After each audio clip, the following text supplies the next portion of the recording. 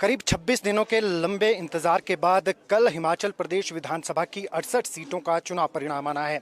ऐसे में कांग्रेस काफी आश्वस्त दिख रही है अपनी जीत को लेकर और सरकार बनाने का यहां पर दावा कर रही है। किन मुद्दों को लेकर जो है वो दावा कर रही है, किन बातों को लेकर दावा कर रही है, इस पर बात करने के लिए हमारे साथ मौजूद हैं कांग्रेस के पूर्व राज्य अध्यक्ष कुलदीप सिंह राठौर जी और जो ठियोग विधानसभा हल्के से इस बार कांग्रेस के प्रत्याशी भी हैं। राठौर जी, कल चुनाव के नतीजे आ रहे हैं, भाजपा भी दावा कर रही है कि वो सरकार बना रही है, कांग्रेस भी दावा कर रही है कि वो सरकार बना रही है। किस तरीके से कांग्रेस की जीत को लेकर आश्वस्त है? देखिए, कल इस समय तक सारे परिणाम आ चुके होंगे और मुझे पूरा विश्वास है कि हिमाचल प्रदेश में जो परिस्थितियां रही हैं, क्योंकि मैं तो स्वयं 3.5 वर्ष से ज़्यादा पार्टी का अध्यक्ष रहा हूं और मैंने पूरे प्रदेश का व्यापक दौरा किया है। हमने चुनाव में पहले भी देखा है कि 4 में से हमने 2 नगर निगम जीते और 4 जो उपचुनाव हुए उन उपचुनावों में हिमाचल में कांग्रेस पार्टी ने एक नया इतिहास रचा। चारों के चारों उपचुनाव में हमने डबल इंजन की सरकार को परास्त किया और वो परिस्थितियां ठीक नहीं है, अभी और बिगड़ी हैं।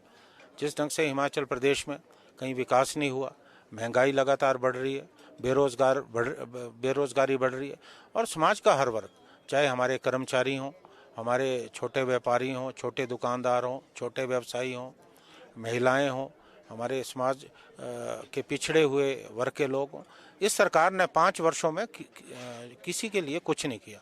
इसलिए लोग इन विधानसभा चुनाव में मन बना चुके थे कि हमें भारतीय जनता पार्टी की सरकार को हटाना है और परिणाम कल आने वाले और स्पष्ट रूप से आपको लगेगा कि हिमाचल की जनता ने कांग्रेस पार्टी के पक्ष में मतदान किया। भाजपा ने एक नया नारा दिया था सर, जिस तरीके से उन्होंने यूपी में सरकार रिपीट की, उत्तराखंड में सरकार रिपीट की, तो उन्होंने नारा दिया था कि इस बार रिवाज बदलेगा क्योंकि हिमाचल की प्रथा रही है 5 साल बीजेपी 5 साल कांग्रेस। उनके इस दावे को किस तरीके से मानते हैं आप? क्या कांग्रेस किस तरीके से उससे लड़ी है? कांग्रेस ने किस तरीके से उसे डिफेंड किया है जो रिवाज बदलने के बाद भाजपा ने आ गई? देखिए, ये महज एक नारा था, एक शगुफा था, इस पर हमने ज़्यादा ध्यान नहीं दिया।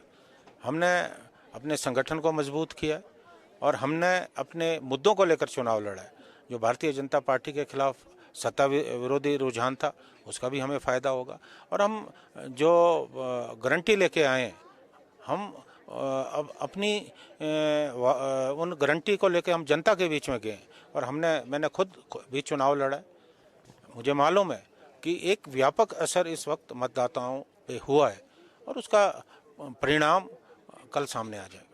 कांग्रेस को कितनी चुनौती है, क्योंकि जिस तरीके कई राज्यों में ऐसा भी था कि कांग्रेस सत्ता के बिल्कुल करीब थी, सरकार बनाने की स्थिति में थी, लेकिन वहां सरकार नहीं बना पाई। ऐसे में हिमाचल में ऐसी स्थिति ना हो कि कांग्रेस के विधायक छिटक जाएं, इससे किस तरीके से रणनीति तैयार की गई?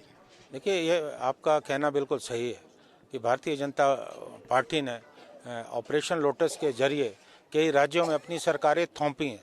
ये लोकतंत्र की हत्या है। ये प्रयास हिमाचल में भी हो सकता है, लेकिन मुझे पूरा विश्वास है कि हमारे जो भी लोग चुन के आएंगे वो सभी लोग ऐसे हैं जो कांग्रेस पार्टी के समर्पित कार्यकर्ता हैं। कोई भी विधायक हमारा जो चुन के आएगा वो पाला बदलने वाला नहीं है।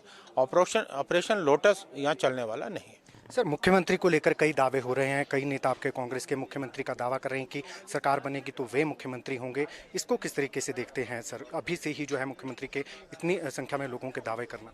मुझे लगता है कि ये ज़्यादा मीडिया हाइप है, ऐसी कोई परिस्थिति मुझे नज़र नहीं आ रही। कल पर्दा उठेगा, उसके बाद राजनीति सामने आएगी। हमारे जो लोग चुन के आएंगे, हमारे जो केंद्रीय पर्यवेक्षक यहाँ नियुक्त किए गए हैं पार्टी आलाकमान द्वारा, उनसे चर्चा होगी और पर्यवेक्षक पार्टी के सभी वरिष्ठ नेताओं से बातचीत करेंगे और अपनी रिपोर्ट पार्टी आलाकमान को देंगे। मुख्यमंत्री घोषित करना कांग्रेस पार्टी की आलाकमान का विशेष अधिकार है, अभी भी ऐसा ही होने वाला है। मुझे लगता है कि जो भी फैसला पार्टी आलाकमान लेगी उसे हिमाचल के सभी विधायक, पार्टी के सभी नेता स्वीकार करेंगे। आप प्रदेशाध्यक्ष भी रह चुके हैं, संगठन चलाने का एक बहुत बड़ा अनुभव है, क्या कुलदीप राठौर भी मुख्यमंत्री की दौड़ में है? देखिए, मैंने तो बार बार ये बात कही है कि संगठन में जब आप काम करते हैं, आपकी व्यक्तिगत इच्छाएं, आपकी व्यक्तिगत आकांक्षाओं को कोई जगह नहीं होती।